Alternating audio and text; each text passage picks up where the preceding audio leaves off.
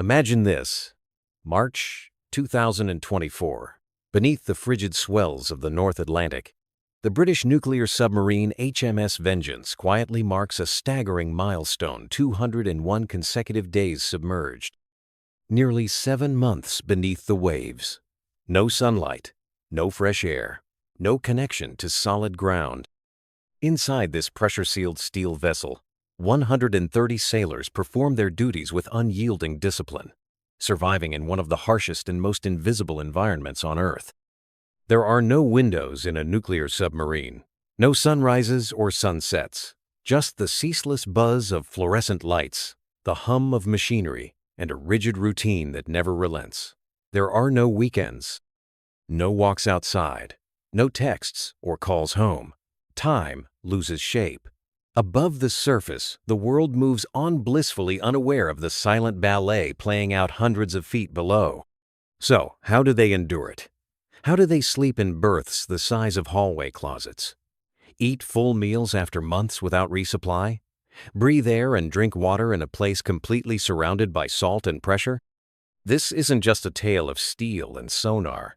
It's a testament to human resilience, to quiet courage, to the hidden strength it takes to live where no one is watching, where a nuclear engineer might double as a baker, where every sailor is trained to fight fires, repair complex systems, and keep the vessel and each other alive, where routine and camaraderie are lifelines, not luxuries. We'll delve into the mechanics of survival below the sea, how seawater becomes air, how food is planned and rationed with surgical precision, and how the mind is safeguarded through ritual, discipline, and deep bonds of trust. And we'll uncover the symbolic crucible that forges submariners, the demanding process of earning the silver dolphin's pin, a rite of passage that separates newcomers from the seasoned few.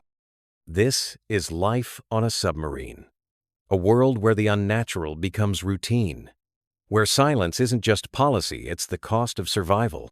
Feeding 130 sailors deep beneath the ocean for 3 uninterrupted months without a single resupply isn't just a challenge, it's a military marvel. Before a submarine ever leaves port, it is meticulously loaded with around 15 pounds of food, roughly the weight of 3 pickup trucks, wedged into every spare inch of the vessel. This isn't just careful planning, it's survival engineering, executed in a pressurized tube barely wider than a subway car. Forget walk-in pantries or organized storage. On a submarine, food is stashed wherever it fits. Canned goods line the floors, forcing sailors to walk on boxes during the first leg of deployment. Showers double as pantries. Bunks sit atop crates of dried goods. One crew aboard the USS Missouri recalled sleeping on stacks of rations, only reclaiming their floor space as meals were gradually consumed. Fresh food is the first casualty. Items like milk, fruit, vegetables, and bread last about 2 weeks, maybe 3, if conditions are perfect. After that, meals shift to frozen proteins, powdered eggs, dehydrated sides, and shelf-stable staples.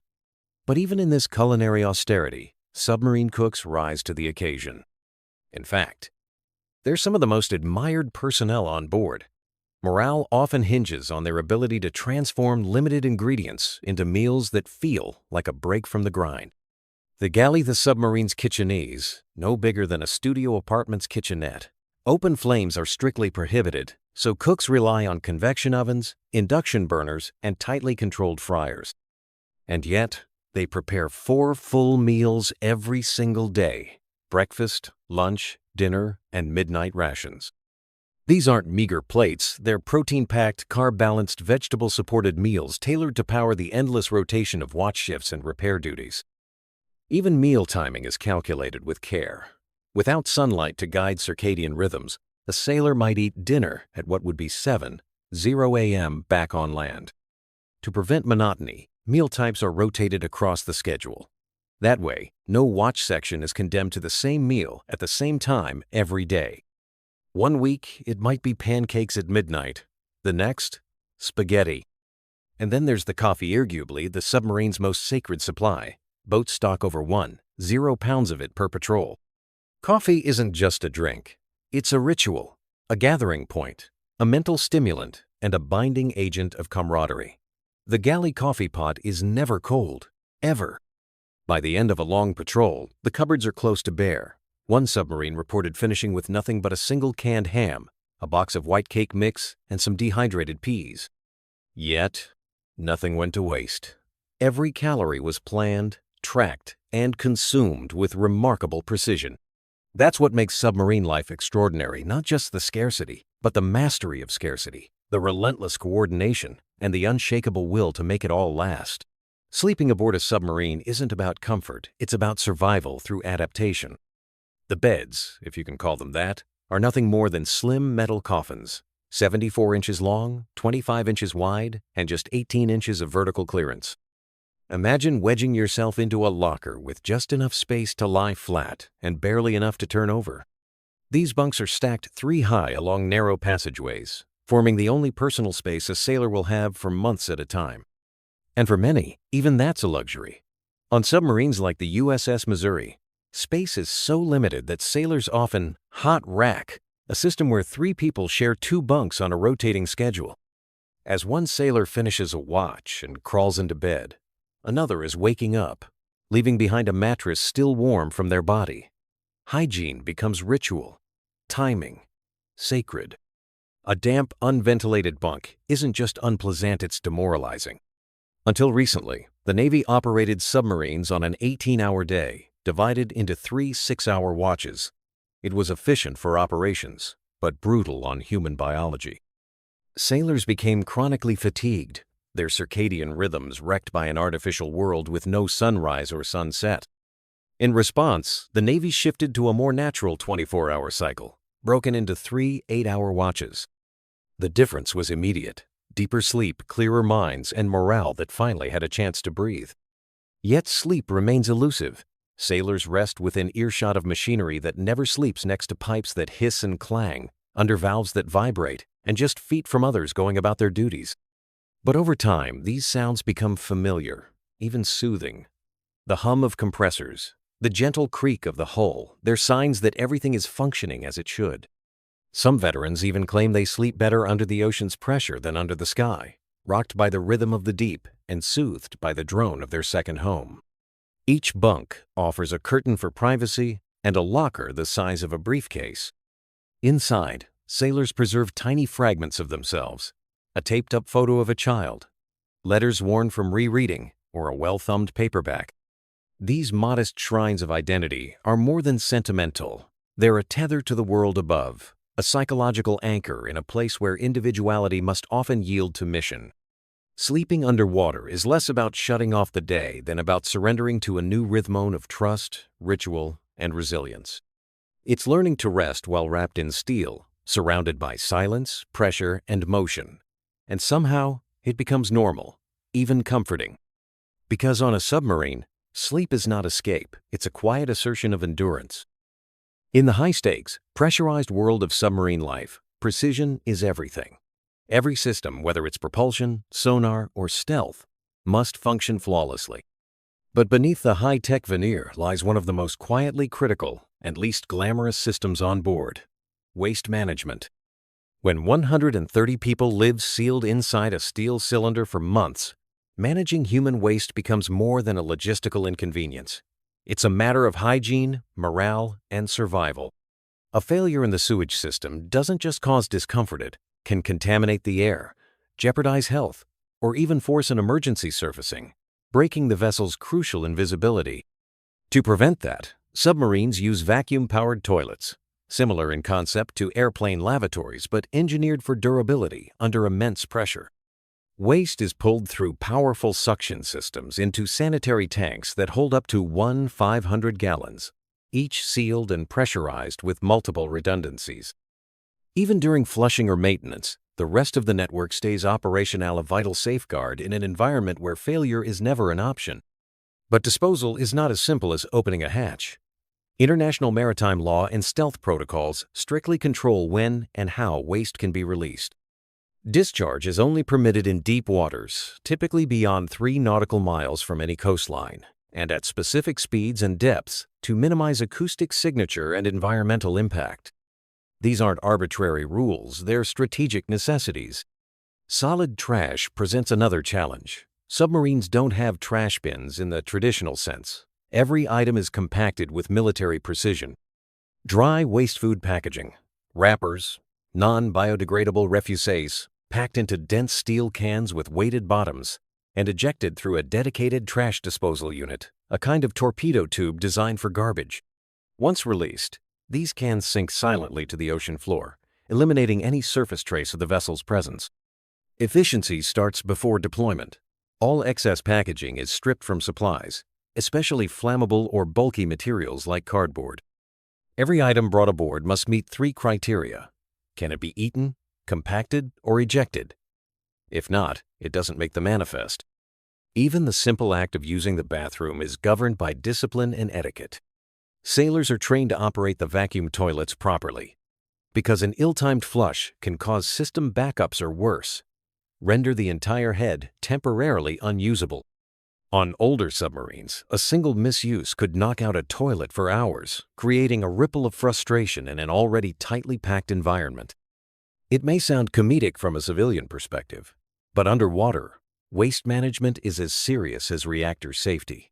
It's maintained, monitored, and drilled with the same rigor as any life support system. A malfunction isn't just unpleasant, it's a breach in the delicate ecosystem keeping everyone alive. In a space where privacy is nearly non-existent and square footage is measured in inches, dignity becomes a communal effort. Every flush, every compacted can, every rule followed contributes to the invisible structure of survival. Because on a submarine, even the most human functions are part of a greater mission executed quietly, professionally, and without complaint. At first glance, a submarine seems like the last place on Earth where human life could thrive entombed in steel, sealed shut, and plunged hundreds of feet into saltwater darkness. Yet astonishingly, submarines are fully self-sufficient. They don't just survive underwater. They generate the most essential elements of life from the very ocean that surrounds them: air and water. Modern nuclear submarines don't carry massive tanks of oxygen. They create it on board through a process called electrolysis, which uses electricity to split water molecules drawn straight from the cyanide, hydrogen, and oxygen. The hydrogen is vented harmlessly into the ocean, while the oxygen is purified, compressed, and pushed into the sub's ventilation systems. It's not just impressive science, it's engineered survival. The numbers are staggering. A single adult consumes around 600 liters of oxygen per day. Multiply that by a crew of 130, and the submarine must produce over 78 liters of oxygen daily. And it does consistently, silently, without fail. Thanks to the onboard nuclear reactor, which provides virtually unlimited power, these life support systems can sustain human breathing indefinitely, as long as there's seawater to draw from. Water follows a similar miracle. Submarines use advanced distillation units to boil seawater and condense the vapor into pure, drinkable freshwater. These machines can churn out anywhere between 0 to 40 gallons per day, enough not just for hydration and cooking, but for hygiene and cooling the sub's heat-sensitive electronics. It's water pulled from salt and pressure, rendered clean by ingenuity. But producing oxygen and water is only half the equation. The other half is eliminating what humans leave behind, especially carbon dioxide. As the crew exhales, CO2's levels inside the submarine rise rapidly. Too much, and the effects are immediate and dangerous: headaches, dizziness, confusion, unconsciousness, and ultimately, death. To combat this, submarines rely on chemical scrubbers, often filled with soda lime or other absorbent compounds, that trap and neutralize CO2 molecules. These scrubbers operate around the clock. Sensitive atmospheric monitors constantly track oxygen, CO2s, carbon monoxide, hydrogen, and other gases, ready to trigger alarms if anything drifts beyond safe levels. If it does, emergency protocols kick in instantly. There is no margin for error. A failure in the life support system isn't inconvenient, it's catastrophic. That's why submarines are built with multiple redundant backups, and why crews undergo relentless training. Sailors are drilled on emergency breathing procedures until muscle memory takes over. They can locate oxygen masks blindfolded in pitch darkness, because if the worst happens, hesitation could be fatal. It's often said that a submarine is the ocean's version of a space station. And the comparison is apt. Both are fully closed ecosystems, creating life from the void that surrounds them. Submariners breathe air made from water, drink water pulled from salt, and live by the rhythm of systems they cannot see but must always trust. And in that, engineered, world-pressurized, silent, submerged life continues, deliberate, balanced, invisible, a triumph of human adaptability beneath the sea. Technology keeps a submarine alive. Nuclear reactors generate power. Scrubbers clean the air. Machines make drinkable water from the sea. But none of it would matter without something far more human holding it all together: brotherhood. In the steel belly of a vessel submerged for months, it's not machinery that makes the days bearable, it's the quiet, resilient bond between sailors. Submarine life is defined by extreme proximity. Privacy doesn't exist. Neither does solitude. Every inch is shared. You sleep inches from another person, eat elbow to elbow at mess, and maneuver through hallways so narrow you must turn sideways to pass. Every movement is seen, every sound heard. In that closeness, even small irritations can fester. Which is why the crew doesn't just live together, they function as one, guided by discipline, mutual respect, and deep-rooted trust. To protect that cohesion, strict behavioral codes are followed. Chief among them: no politics. Opinions are checked at the hatch. Heated topics that divide on land are left unspoken underwater. Here, the mission is everything. Backgrounds blur. Rank matters, but identity becomes collective. The silence isn't just tactical, it's protective, a buffer against conflict in an environment where unity is survival. Another sacred rule is noise discipline. At any moment, a third of the crew is sleeping. That means no loud voices, no slamming doors, no heavy boots on metal decks. Over time, everyone adapts. Voices drop automatically. Footsteps soften. Movements become intentional, almost choreographed. On a submarine, people learn to live like ghosts, not out of fear, but out of respect for one another's rest. Physical awareness becomes instinct. Sailors move with the grace of people who've memorized the space. They bend at the right angles, duck instinctively, and shift aside without a word. Collisions aren't just awkward, they interrupt the rhythm. And rhythm is what keeps the vessel and its people operating smoothly in silence. Even basic routines, like showering, become acts of cooperation. Though the sub can make fresh water, conservation remains sacred. Showers are short, often using the Navy shower method: water on, rinse, off, soap, on, rinse again. A clean head left behind for the next sailor is a small kindness. But in this world, small kindnesses are everything. But the glue that holds the crew together isn't just a bit at sacrifice. Every sailor on board has left someone behind. They've missed anniversaries, holidays, births. And because every one of them carries that same weight, they treat each other with grace. Irritations are swallowed. Patience is extended. When someone starts to break, others step in not with judgment, but with presence. The gestures are small. A shared laugh in the galley, a cup of coffee waiting at the console, a wordless pat on the shoulder after a long shift.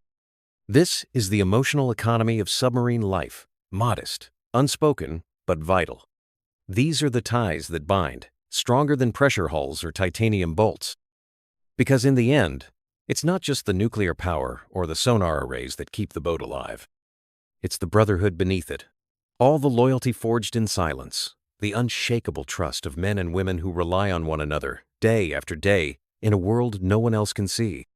For all the technology, discipline, and meticulous planning that sustain life beneath the sea, one unshakable truth governs submarine existence: things can go wrong. And when they do, the consequences are immediate, unforgiving, and final. There are no lifeboats to launch, no hatches to crawl out of, no helicopters hovering overhead. The only rescue team is the crew itself. History has taught this lesson with brutal clarity. On April 14, 1945, the German U-boat U-1206 became a cautionary tale. Just weeks before the end of World War II, its captain attempted to use a complex high-pressure toilet system without a trained technician. The result? Seawater and sewage flooded into the submarine, reacted with battery acid, and released toxic chlorine gas. Forced to surface in hostile waters, the crew was spotted and bombed by British aircraft. One sailor died, the rest were captured. The boat was scuttled, all because of a single toilet misuse. It would be comical if it weren't so devastatingly true. This story isn't just about plumbing. It reveals how every system aboard a submarine, air, water, power, waste, propulsion, is connected, delicately balanced, and dependent on human precision. A single valve turned the wrong way can compromise the entire vessel. And submariners live with that truth, not in fear, but in readiness. That's why emergency drills are constant, intense, and unsparing. Fire in the galley, flooding in the engine room, radiation leak near the reactor, alarms blare, lights shift. Within seconds, every sailor springs into action.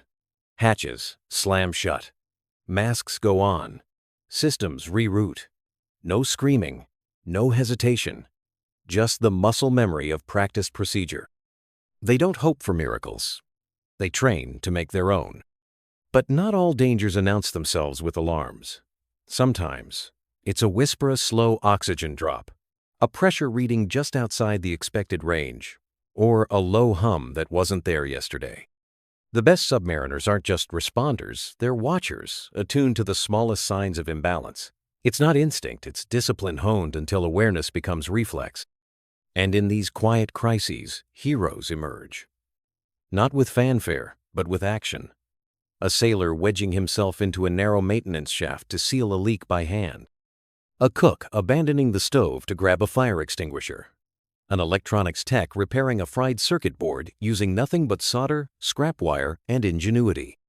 They may never appear in headlines, but within the hull, their courage becomes legend. When everything works, submariners are invisible, completing missions the world will never know. But when things go sideways, their survival depends on more than systems. It depends on each other. Bravery underwater isn't measured in medals. It's found in the calm under pressure, the selflessness in chaos, the trust forged in absolute reliance. And in the darkest moments, they draw strength from one unspoken truth. No one is ever alone down here. Everyone trains for the worst. Everyone knows the stakes. And everyone is ready to be the reason the rest make it home. A submarine doesn't test muscles. It tests the mind. Not with chaos or combat, but with endless repetition, confinement, and silence. Beneath the waves, endurance isn't about strength, it's about composure. Day after day, week after week, functioning like clockwork in a world stripped of sunlight, weather, and time itself. Consider HMS Vengeance, a British nuclear submarine that spent 201 days submerged beneath the North Atlantic. That's not just a triumph of naval engineering. It's a feat of psychological survival. For over half a year, the crew lived without sky, breeze, or natural rhythm. Time no longer flowed, it warped. Artificial light replaced the sun. Watch schedules replaced sleep cycles. The soundscape? Just hums, whirs, and the occasional creak of pressure on steel. The toll is quiet, but profound. Without sunrises or seasons, the brain loses its bearings. Submariners report strange dreams, time distortion, even sensations of floating in space. Melatonin production drops, making sleep elusive. The Navy's shift to 24-hour days with 8-hour watches wasn't just strategic, it was physiological, an effort to tether the body back to a familiar rhythm. But endurance underwater isn't only about physical adjustment, it's about emotional survival. There's no walking away from tension, no outlet for grief, no space to fall apart. Every emotion must be navigated without escape, while still doing your job, still standing your watch, still living inches from the same people every day. To cope, crews lean on ritual and routine. Weekly movie nights, holiday feasts, steel beach picnics in the engine room, complete with music and folding chairs, simulating summer above. There are gym contests, card games, even talent shows. These are more than distractions, they're anchors of normalcy in an unnatural world. And when the routines aren't enough, submariners turn to their secret weapon: humor. Morbid, absurd, Inside, joke, heavy, humor. In the deep, laughter is medicine. A prank well executed, a joke whispered during a graveyard shift, a sarcastic comment shared in passing, these are acts of resilience, not rebellion. They release pressure. They reset the mood. They remind everyone that they're still human. Records like 201 days aren't set to push crews to their edge. They're about proving that with the right structure, trust, and camaraderie, human beings can adapt to conditions completely removed from nature. They can live, function, and even thrive in a world designed for machinery, not people. And when the hatch finally opens when the sun returns, the air smells of Earth again, and the first real breeze hits their faces, there is no applause, just quiet smiles. The understanding that they've done something few will ever understand. They didn't just survive underwater, they conquered it. Submarine life isn't glamorous. It doesn't lend itself to camera pans or patriotic soundtracks. There are no red carpet returns, no triumphant headlines, no viral clips of homecomings. Most of what submariners do will never be spoken of outside the hull, and that's not an oversight, it's by design. This is the silent service, a branch of the military that exists beneath the surface in every sense of the word. Defined not by medals or visibility, but by anonymity, restraint, and unshakable duty. It is a world where accomplishment is measured not by recognition, but by consistency, by not being seen, by not being heard, by being there when no one else can be. Submariners don't serve for glory. They don't do it for applause or attention. They serve because someone must carry the burden of invisibility. Someone must ride the line between presence and absence, between deterrence and destruction, between peace and preparation. Beneath the waves, they remain alert, always ready not just to defend, but to disappear if necessary. Not just to survive, but to operate in silence, maintaining the fragile equilibrium that keeps global tensions at bay. What makes these men and women extraordinary isn't that they live in a metal tube packed with reactors, missiles, and sonar. It's that they bring humanity into the most inhuman environment imaginable. In the depths, surrounded by steel, pressure, and systems that cannot fail, they still manage to live, to laugh, to struggle, to support each other. They celebrate birthdays with boxed cake mix. They mourn quietly and carry on. They invent joy out of monotony. They hold each other up when isolation begins to bite. They don't just coexist, they cohere. Submarine life is not a story of machines, it's a story of people. People who sleep in steel coffins, who eat meals cooked in galley kitchens the size of closets, who shower in minutes and ration socks, and who still manage to find routine, rhythm, and even contentment in the unlikeliest of places. People who trust one another not just with tasks, but with their lives. Because on a submarine, you are never alone and you are never in charge of only yourself. You are part of a living system, a closed world where your performance, your mood, your word 7, your silence carry weight. And when the mission ends, when the sub rises slowly back into the world of wind, sunlight, and open skies, there is no ceremony, no bannered homecoming. Just 130 sailors blinking into daylight, returning to a world that continued without them. A world unaware of how close they came, perhaps to crisis, how quietly they kept that crisis at bay. But ask a submariner, and they'll tell you, they don't need the world to notice. They know what they did. They carry the ocean with them long after they've surfaced. Its pressure still lingers. Its silence echoes. Its demands live on in muscle memory, in routine, in the way they move and think and exist long after they've returned to land. The experience marks them, subtly but permanently. And when they've had a few weeks on shore, when the noise of traffic starts to feel overwhelming, when the routine of civilian life begins to stretch out too loosely, when the ground underfoot feels strangely insistent, they volunteer to go back. Not because it's easy, but because it's needed. Because the world needs watchers in the deep. People who don't just visit the darkness, but dwell there calmly, expertly, invisibly. The silent service doesn't ask for thanks. It doesn't seek legacy. It exists in a space beyond pride, beyond praise. It endures not out of obligation, but out of conviction, because someone must. It's not the depth that defines them, It's the dignity, the discipline, the unwavering willingness to go where no one sees, to do what no one hears, and to carry the weight of that silence with honor. This is the silent service, and it endures, always.